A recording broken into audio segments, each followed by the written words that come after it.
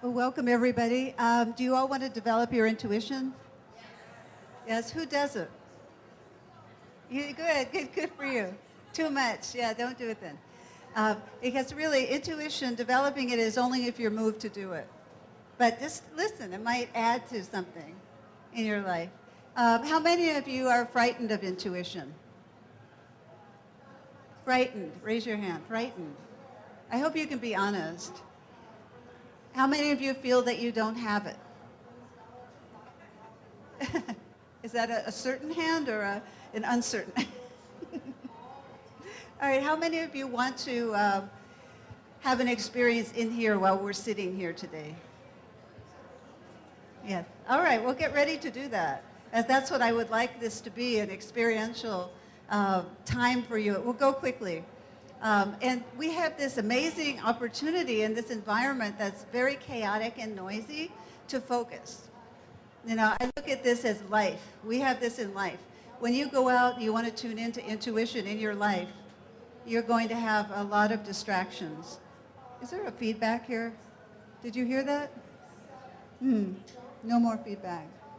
No feedback, please. Oh, there was just some feedback, sound feedback. Thank you. Okay. So we have this very noisy, chaotic environment here that we can use for our purposes.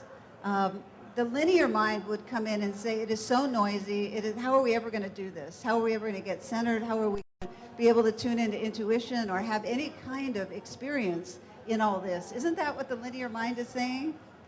It is, but you see, this is life, so you better get used to it. Now, what I love, I'm a psychiatrist, I'm also an intuitive, and I combine traditional medicine with intuition to bridge those realms. All right, I do this in my office with patients, I do this in workshops, I do this walking down the street, I do it in my personal life. You know, I'm constantly tuning into intuition because I think it's a way to tune into your inner power and from something inside.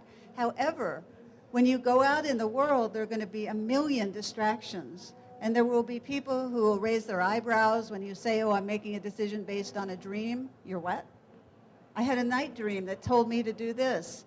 And they'll go, what are you talking about? You know, and they'll have a look on their face. And they'll have a tone in their voice that will make you doubt yourself, which I hope you don't doubt yourself. But just know that we're not at a point yet in our evolution where this is embraced readily in our society seamlessly in every moment.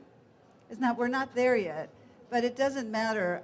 One thing I've learned from developing intuition, and I feel this very strongly, is that I don't believe in statistics. I don't care how many people are not doing it, and I don't care how many people who are not open to this. It doesn't make any difference to me, and I don't care when somebody says, well, the chances are you won't be able to do this.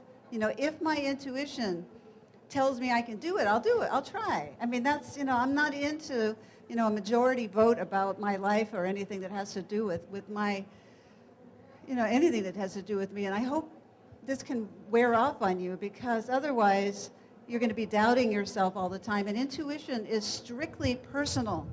It has nothing to do with asking your friends or taking a vote or seeing what others think about it. It has nothing to do with that. It's about you learning to get quiet, to get beneath the chatter, the to-do list, the linear mind that feels that this is the only time and space that exists, the linear mind that's afraid of death because it thinks there's nothing after here. You know, the linear mind that doesn't know how to get into the heart or transcendent realms.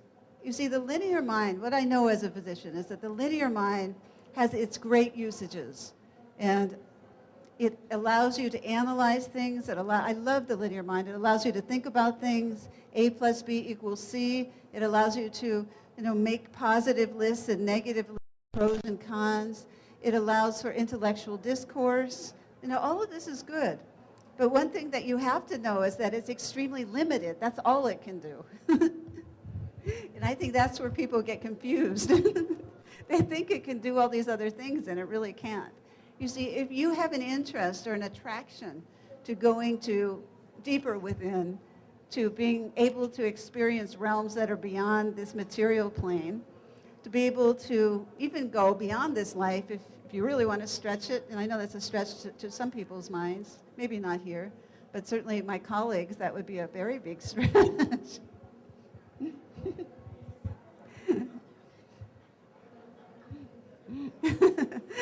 It would be.